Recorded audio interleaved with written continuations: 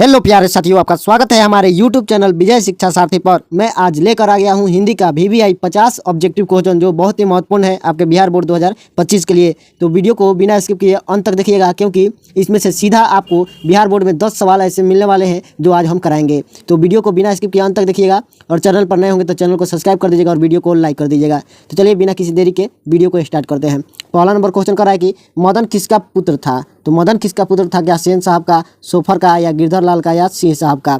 तो आपका सही आंसर हो जाएगा गिरधर लाल का पुत्र था। किसका? गिरधर लाल का पुत्र था, जिसने एक खोखा के 2 दांत तोड़ दिए थे, मदन ने तोड़ा था। उसके बाद है डॉक्टर भीमराव अंबेडकर बेरोजगारी का प्रमुख और प्रत्यक्ष कारण किसे मानते हैं। तो किसको मानते हैं? और शिक्षा को मानते हैं, या जनसंख्या को मानते हैं, या जाति प्रथा को मानते हैं, या उद्योग धंधों की कमी को मानते हैं? तो आपका सही आंसर हो जाएगा जाति प्रथा को मानते हैं। क्या होगा? जाति प्रथा को मानते हैं प्रत्यक्ष और प्रमुख कारण बेरोजगारी का। अगला है, चलिए अगला पे चलते हैं। अगला नंबर है कि जाति प्रथा और श्रम विभाजन साहित्य की कौन सी विधा है।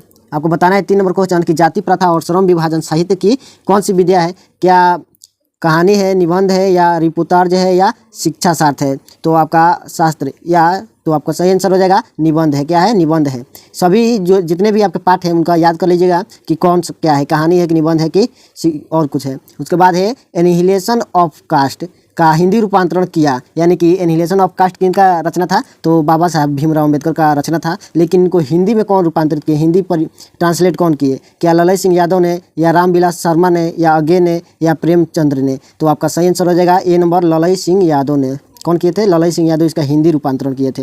उसके बाद है हिंदी के आदि कवि का नाम क्या है, यानी कि आपको बताना है हिंदी के आदि कवि का क्या नाम था। तो क्या रामधारी सिंह था, या मैथिली शरण गुप्त था, या सरहपाद था, या दंती दुर्ग दिनकर था? तो आपका सही आंसर क्या होगा? सरहपाद। याद रखिएगा, इनको कहा जाता है आदि कवि, हिंदी का आदि कवि इनको कहा जाता है सरहपाद को। चलिए अगला पर चलते हैं। अगला नंबर है कि पपाती किसकी बेटी थी। जो पपाती थी वह किसकी बेटी थी? क्या वली अमाल की थी, या नजम्मा की थी, या रंगप्पा की थी, या मंगमा की थी? तो देखिए, जो पपाती थी वह वली अमाल की बेटी थी, वली अमाल की बेटी, याद रखिएगा। लेकिन मंगमा दही बेचती थी। क्या बेचती? दही। और इससे पैसा लेना चाहता था रंगप्पा, लेकिन और इसकी बहू जो थी वह नंजम्मा नाम था। तो ये तीनों किसके हैं? तो मंगमा, दही वाली मंगमा के पाठ के हैं, लेकिन इस पे एक ही है, तो यही आंसर, इतना सेंस लगाइएगा तो हो जाएगा। उसके बाद है दूसरों की नकल कर लिखा गया साहित्य कैसा साहित्य होता है, यानी कि दूसरों की नकल करके जो भी साहित्य लिखा गया वो कैसा होगा? क्या उत्तम होगा, या अधम होगा, या मध्यम होगा, या सर्वोत्तम होगा? तो जो नकल करके लिखा गया होगा क्या होगा? अधम होगा, यानी कि अधम मतलब क्या होता है? नीच होगा। उसके बाद है बिरजू महाराज को किसके महारत हासिल थी, यानी किस में? बिरजू महाराज जो थे उनको किस में, यानी क्या करते थे वो महारत हासिल कर लिए थे? क्या कथक में, या भरतनाट्यम में, या गायन में, या वादन में? तो आपका सही आंसर हो जाएगा कथक नृत्य करते थे। कैसा? कथक नृत्य में इनको महारत हासिल थी। उसके बाद है लेखक ने अभिनयों में रहकर कितने गद्य की रचना की। जो लेखक गए थे अभिनयों में रहने, उन्होंने कितने गद्य की रचना की, यानी गद्य मतलब क्या होता है? कहानी। तो कितने? क्या 29, क्या 28, 27, या 30? तो आपका सही आंसर क्या होने वाला है? 27। कितने गद्य की रचना किए थे? तो 27, याद रखिएगा इतना। उसके बाद है मैक्स मुलर का जन्म किस देश में हुआ? या भारत में हुआ, इंग्लैंड में हुआ, जर्मनी में हुआ, या फ्रांस में हुआ? तो आपका सही आंसर क्या होने वाला है? तो आपका सही आंसर हो जाएगा जर्मनी में हुआ था। कहाँ? जर्मनी के में जन्म हुआ था इनका, मैक्स मुलर का। चलिए आगे बढ़ते हैं। अगला है 20 के दांत का पात्र है। 20 के दांत जो कहानी है उसका पात्र कौन है? क्या बहादुर है, संतु है, भगू है, या गिरधर है? तो 20 का दांत जो है, जिसमें खोखा और मदन की कहानी है, तो उसमें कौन है? तो गिरधर है, उसी का बेटा था, गिरधर लाल का बेटा था मदन। तो यही 20 के दांत का पात्र है। उसके बाद है भीमराव अंबेडकर का जन्म कहाँ हुआ था, यानी भीमराव का जन्म कहाँ हुआ था? क्या मध्य प्रदेश में, पटना में, दिल्ली में, या पंजाब में? तो आपको याद रखना होगा मध्य प्रदेश में, महू मध्य प्रदेश, याद रखिएगा। उसके बाद है हिंदी स्वराज किसकी रचना है? क्या हरिश्चंद्र की है, या यशपाल की है, महात्मा गांधी की है, या जायसी की है? तो हिंद स्वराज जो किसकी रचना है? तो वह है महात्मा गांधी की रचना है। हिंद स्वराज किसकी रचना है? महात्मा गांधी की रचना है। उसके बाद है बिरजू महाराज का जन्म कब हुआ? कब हुआ था बिरजू महाराज का जन्म? क्या 1937 में हुआ था, 1938 में, या 1838 में, या आपका हो जाएगा 1837 में? तो आपका सही आंसर क्या होने वाला है? तो 1938 में इनका जन्म हुआ था, याद रखिएगा। बी नंबर आंसर बिल्कुल सही हो जाएगा। उसके बाद है अगला नंबर 15 नंबर क्या है? वारेन हेस्टिंग्स को कितने सोने के सिक्के मिले थे, यानी वारेन हेस्टिंग जो थे वह कितने सोने के सिक्के उनको मिले थे? क्या 172, 173, 174, या 175? तो आपका सही आंसर हो जाएगा 172 सिक्के मिले थे सोने के। चलिए आगे बढ़ते हैं। कभी कभी ऑब्जेक्टिव आ जाता है कि वारेन हेस्टिंग्स को किसके सोने मिले थे, किसके सिक्के मिले थे? तो सोने के सिक्के मिले थे, याद रखिएगा। उसके बाद है ब्रह्मा का निवास स्थान है, क्या है? वाणी है, हृदय है, या मंदिर है, या मस्जिद है? तो जो ब्रह्मा यानी भगवान जो स्थान करते हैं, निवास करते हैं, वो क्या है? तो वह है हृदय में निवास करते हैं, हृदय। उसके बाद है रसखान किसकी भक्ति करते थे? क्या राम की भक्ति करते थे, शिव की, या कृष्ण की, या विष्णु की? तो रसखान जो है वह कृष्ण की भक्ति करते थे। किनकी? तो कृष्ण की भक्ति। उसके बाद है घनानंद का दूसरा पद किसको संबोधित है, यानी कि किसको संबोधित कर रहे हैं घनानंद दूसरे पद में? क्या होगा? बादल को, सुजान को, भगवान को, या कृष्ण को? तो आपका सही आंसर हो जाएगा बादल को कर रहे हैं, ए नंबर आंसर सही हो जाएगा। उसके बाद है सुमित्रा नंदन पंत ने मिट्टी के प्रतिमा उदासीनी किसे कहा है? क्या जय माता को कहा है, या भारत माता को कहा है, या कुमाता को कहा है, या माता को कहा है? तो जगत माता आपका आंसर होगा, या भारत माता होगा, या कुमाता होगा, या माता होगा? तो आपका सही आंसर हो जाएगा भारत माता, आपका सही आंसर होने वाला है। चलिए उसके बाद है धूसरता किससे श्रृंगार करती है? जो धूसरता है वह किससे श्रृंगार करती है? क्या सोने से, पानी से, मिट्टी से, या चांदी से? तो आपका सही आंसर होने वाला है मिट्टी से। धूसर क्या होता है? मिट्टी ना होता है। चलिए उसके बाद है हिरोशिमा कविता के कवि हैं, कौन है? क्या अज्ञेय है, अनामिका है, या जीवनानंद दास है, या कुंवर नारायण है? तो आपका सही आंसर क्या होने वाला है? अज्ञेय जी। हिरोशिमा के जो रचनाकार है कौन है? अज्ञेय जी। इनका नाम, पूरा नाम क्या था? हीरानंद वत्सायन अज्ञेय। और इनके जो पिता थे उनका नाम था हीरानंद शास्त्री। उसके बाद चलिए इतना याद रखिएगा। उसके बाद है कुंवर नारायण कैसे कवि हैं? क्या रहस्यवादी हैं, छायावादी हैं, स्वच्छंदवादी हैं, या संवेदना है? तो आपका सही आंसर हो जाएगा कुंवर नारायण कैसे कवि है? तो संवेदनावादी है। संवेदनावादी कहीं भी लिखा जाएगा और कहीं संवेदना भी लिखा जाएगा, तो इतना याद रखिएगा। उसके बाद है हमारी नींद कविता में किसने हमारी नींद कविता में जो है, देखिए हमारी नींद कविता में किसने अपने कोमल सिंहों से ढकेलना शुरू किया? यानी कौन ढकेल रहा है अपने कोमल सिंहों से? क्या बैल, या अंकुर, या हिरण, या बकरी? तो आपका सही आंसर होगा जो कोमल सिंहों से ढकेल रहा है वह हमारी नींद कविता में क्या है? अंकुर है। क्या है? अंकुर। यानी कि जो अंकुरित होता है, जो भी पेड़ पौधा या कोई भी बीज हो तो अंकुरित होता है, वहीं ढकेलना चालू करता है। देखिएगा जब धान का बीज ही बोया जाता है तो ऊपर मिट्टी ऊपर की तरफ उठने लगता है, तो क्या होता है? अंकुर ढकेलता है। उसके बाद है अंगम में बालक जो बिंदु है को क्या समझता है? क्या माँ समझता है, बेटी समझती है, या बेटा समझता है, या पिता समझता है? तो आपका सही आंसर क्या होगा? तो बेटा समझता है। क्या समझता है? बेटा समझता है। और ये जो है इसको क्या समझता है? इसको माँ समझता है कि ये गोद में ली हुई है, और जो गोद में है ये क्या है? ये बच्चा है, बेटा है उसका। चलिए आगे बढ़ते हैं।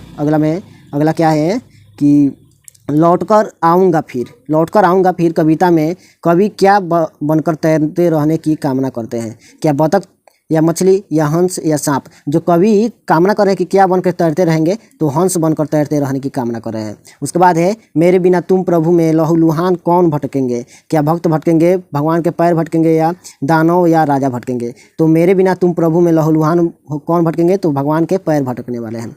किसके बिना? भक्त के बिना। चलिए आगे बढ़ते हैं। अगला है कि मेरे बिना तुम प्रभु किस भाषा से अनुदित है? यानी कि एक भाषा है जिसमें यह लिया गया है। तो क्या मेरे बिना तुम प्रभु किस भाषा से अनुदित है? अंग्रेजी, जर्मन, रूसी, या फ्रांसीसी? तो आपका सही आंसर क्या होने वाला है? आपका सही आंसर हो जाएगा जर्मन भाषा से अनुदित है। किस भाषा से? जर्मन भाषा से अनुवादित किया गया है। उसके बाद है ढहते विश्वास के रचयिता है, कौन है? क्या सावरदैया है, सुजाता है, सात कोड़ी होता है, या श्रीनिवास है? तो ढहते विश्वास जो है वो क्या है? सात कोड़ी होता है। कहाँ की कहानी? तो उड़ीसा की कहानी है। उसके बाद है गुण निधि कहाँ से लौटा था? क्या कटक से लौटा था, कर्नाटक से, या कलकत्ता से, या बेंगलोर से? तो आपका सही आंसर क्या होने वाला है? तो गुण निधि कहाँ से लौटा था? तो कटक से लौटा था, पढ़कर। बहुत पढ़ाकू लिखा था ये। उसके बाद है पपाती की उम्र क्या थी? पपाती कितने वर्ष की थी? क्या 10 वर्ष, 13 वर्ष, 11 वर्ष, या 12 वर्ष? तो आपका सही आंसर होने वाला है 12 वर्ष की थी। कितने वर्ष की थी? 12 वर्ष की थी। उसके बाद है सीता के बेटों ने सीता को कितने रुपए माहवारी खर्च देने का निर्णय किया? यानी कि महीने में कितना खर्च देने का निर्णय किया उनके बेटों ने? तो 50 रुपया। कितना? 50 रुपया। उसके बाद है गुणाकर मूल्य ने मैट्रिक से लेकर MA तक की पढ़ाई कहाँ की? क्या मुंबई में की, चेन्नई में की, कोलकाता में की, या इलाहाबाद में की? तो मुंबई से नहीं, आपका सही आंसर हो जाएगा डी नंबर, इलाहाबाद से। कहाँ से? तो इलाहाबाद से मैट्रिक और MA तक की पढ़ाई पूरी की उन्होंने। उसके बाद है अगला कि नगर कहानी का पात्र कौन है? क्या मंगमा है, पपाती है, सीता है, या लक्ष्मी है? तो नगर कहानी का पात्र कौन है? ये मंगमा क्या है? दही वाली मंगमा की है। पपाती किसकी है? और उसके बाद लक्ष्मी है, ढहते विश्वास की है। उसके बाद है सीता, माँ कहानी की है शायद। और पपाती किसकी है? तो पपाती आपका हो जाएगा नगर की। नगर कहानी के पात्र कौन हो जाएगी? पपाती। उसके बाद है लक्ष्मी ने बांध की निगरानी करने के लिए किसको भेजा? क्या लक्ष्मण को भेजा, रंगप्पा को भेजा, गुणनिधि को भेजा, या अच्युत को भेजा? तो लक्ष्मण जो था वह कलकत्ता में था, और गुणनिधि इसका बेटा नहीं था, लेकिन अच्युत इसका बेटा था। तो जो बेटा होगा उसी को ना भेजेगी, वही ना बात मानेगा, तो इसी को भेजी थी। उसके बाद चलिए आगे बढ़ते हैं। उसके बाद है ढहते विश्वास कहानी में किस नदी का भयावह दृश्य प्रस्तुत किया गया है? क्या ब्रह्मपुत्र की या महानंदा की या सोन की या कोसी की? तो आपका सही आंसर हो जाएगा महानंदा की। किसकी? तो महानंदा एकदम भयावह रूप लेकर आ रही है जिसे बाढ़ आ गया है और इसको महानदी भी कहा जाता है, आपको कहीं कहीं मिल जाएगा। उसके बाद है संज्ञा के कितने भेद होते हैं? क्या कितने भेद होते हैं? 5, 3, 4 या 6? तो आपका 5 आंसर सही हो जाएगा संज्ञा का। द्रव्यवाचक, व्यक्तिवाचक, जातिवाचक है सब। उसके बाद है कोई आ रहा है, इस वाक्य में कोई कौन सा सर्वनाम है? तो कोई निश्चित नहीं है कि कौन आ रहा है, इसलिए क्या होगा? अनिश्चयवाचक सर्वनाम हो जाएगा। कौन सा सर्वनाम? अनिश्चयवाचक, याद रखिएगा। उसके बाद है रामचरितमानस में अनेक मार्मिक प्रसंग आए हैं, तो इस वाक्य में विशेषण पद क्या है? यानी कि रामचरितमानस में अनेक मार्मिक पद क्या है? मार्मिक। तो मार्मिक यहाँ पे क्या हो जाएगा? विशेषण हो जाएगा। यही इसकी विशेषता बता रहा है कि मार्मिक है। उसके बाद है क्रिया के कितने भेद होते हैं? क्या 2 होते हैं, 3 होते हैं, 4 होते हैं या 5 होते हैं? तो आपका सही आंसर होने वाला है 2 होते हैं। क्रिया कितने भेद होते हैं? 2, सकर्मक क्रिया और अकर्मक क्रिया। उसके भेद होते हैं आगे चल के। उसके बाद है वर्तमान काल में कितने भेद होते हैं? वर्तमान काल के बताना है। क्या 5, 6, 3 या 4? तो वर्तमान काल का कितने भेद होता है? तो 4 होता है वर्तमान काल का, याद रखिएगा। उसके बाद है बंदर पेड़ पर बैठा है, इस वाक्य में पेड़ पर में किस कारक का प्रयोग हुआ है? यानी कि आपको बता देना है कि बंदर पेड़ पर बैठा है, इस वाक्य में पेड़ पर क्या होगा? तो कौन सा कारक हुआ? क्या कर्ता कारक, करण कारक या अधिकरण कारक या संप्रदान कारक? तो आपका सही आंसर हो जाएगा अधिकरण। अधिकरण से ही होता है में पर, जहाँ में आ जाए और पर आ जाए वहाँ क्या होगा? अधिकरण कारक होगा। और कर्ता रहेगा उसमें ने और करण रहेगा तो से के लिए। कर्ता ने कर्म को करण से, संप्रदान को के लिए अपादान से, इस तरह आपको याद रखना होगा अंत तक। उसके बाद 8 होते हैं तो 8 को याद रखना होगा। उसके बाद है रचना की दृष्टि से वाक्य कितने प्रकार के होते हैं? क्या 3 होते हैं, 2 होते हैं, 4 होते हैं या 5 होते हैं? तो रचना की दृष्टि से कितने प्रकार के होते हैं? तो 3 आपका सही आंसर हो जाएगा। उसके बाद है नदी प्लस ईस। नदी प्लस ईस में कौन सी संधि है? नदी प्लस ईस क्या होगा? नदी प्लस ईस हो जाएगा, इधर से हो जाएगा नदीस, इस तरह हो जाएगा। तो आपका कौन सा हो जाने वाला है? कौन सा माने संधि हुआ है? दीर्घ संधि, यौन संधि, वृद्धि संधि या आदेश संधि? तो आपको हुआ है दीर्घ संधि। देखिए इधर से था लेकिन जब लग गया, जोड़ हो गया यानी संधि हो गई तो इधर से हो गया, क्या हुआ? दीर्घ बन गया। चलिए आगे बढ़ते हैं। उसके बाद है मुख का विलोम होता है। क्या कमुख होता है, अमुख होता है, विमुख होता है, वचाल होता है? तो मुख मतलब नहीं बोलने वाला, लेकिन वचाल मतलब क्या होता है? बहुत बोलता है। जो भी बहुत बोलता है उसे वचाल कहा जाता है। तो मुख मतलब कोई नहीं माने बोल नहीं सकता है, लेकिन वचाल जो है वो बहुत बोलता है, तो इसका विलोम हो जाएगा। चलिए आगे बढ़ते हैं। अगला है कि अष्ट धातु में कौन सा समास है? क्या है? अव्ययी भाव समास, द्विगु समास, तत्पुरुष समास या द्वंद्व समास? तो द्वंद्व समास में जोड़ी लगता है। उसके बाद है अव्यय रहेगा तो अव्ययी भाव, तत्पुरुष में विभक्ति रहता है कारक चिन्ह। उसके बाद है द्विगु समास। तो आपका सही आंसर हो जाएगा द्विगु समास में। कैसे द्विगु समास? जो भी नंबर आ जाते हैं आगे तो वह द्विगु समास हो जाता है। उसके बाद है गुदड़ी का लाल। गुदड़ी का लाल मुहावरे का अर्थ क्या है? आपको बताना है। क्या गुदड़ी में लाल रंग लगना या लाल होना, या निर्धन परिवार में गुड़ी का जन्म होना, या निर्धन परिवार में लाल का जन्म होना? तो आपका सी आंसर सही हो जाएगा। निर्धन परिवार में जब गुड़ी जन्म ले लेता है कोई भी लड़का, मान लीजिए बहुत गुड़ी हो गया या लड़की, तो उसे क्या कहा जाएगा? गुदड़ी का लाल कहा जाएगा, इतना याद रखिएगा। उसके बाद अगला पे चलते हैं। देखिए अगला क्या कर रहा है कि अगला नंबर है कि निम्नलिखित शब्दों में शुद्ध शब्द बताइए। कैसा होगा? हितैषी होगा या ये हितैषी सही होगा, या ये हितैषी या ये हितैषी? तो आपका सही आंसर हो जाएगा सी नंबर, हितैषी। वो भी मूर्धन्य स रहेगा और इधर वाला बड़ा स रहेगा, इतना याद रखिएगा बस। लेकिन देखिए इसमें सब हितै याद है, मतलब कि दोनों सब में सेम है, लेकिन स केवल बदल रहा है। तो मूर्धन्य स वाला, दीर्घ ई वाला रखिएगा। उसके बाद है, चलिए आगे बढ़ते हैं। अगला है कि किस चिन्ह को विस्मयादि बोधक चिन्ह कहा जाता है? क्या इसको कहा जाता है, या इसको, या इसको, या इसको? तो आपका क्या आंसर हो जाएगा? ए नंबर आंसर सही हो जाएगा। इसको विस्मयादि बोधक चिन्ह कहा जाता है। उसके बाद है उस उपसर्ग किसी शब्द में कहाँ जुड़कर उसका अर्थ बदल देता है? कि आगे, अंत में, या मध्य में, या इनमें से कोई नहीं? तो उपसर्ग जो होता है वो आगे जुड़ता है। कैसे जुड़ता है? आगे। और प्रत्यय जो होता है वो अंत में जुड़ता है, इतना याद रखिएगा। और क्या होता है? तो अर्थ बदल देता है जुड़कर। उसके बाद है विसर्ग का उच्चारण स्थान क्या है? तो क्या होगा? तालु होगा, या मूर्धा होगा, कंठ होगा, या आपका नासिक होगा? तो आपका सही आंसर हो जाएगा विसर्ग है, तो इसका आंसर होगा कंठ। क्या होगा? कंठ। याद रखिएगा सूत्र से, अकुह विसर्जन या नाम कंठ। विसर्जन नाम आ रहा है और कंठ आ रहा है तो कंठ हो जाएगा। तो चलिए वीडियो को यहीं पे अंत करते हैं। अगर आपको वीडियो अच्छा लगा हो तो चैनल को सब्सक्राइब कीजिएगा और अपने दोस्तों के पास शेयर कर दीजिएगा। धन्यवाद।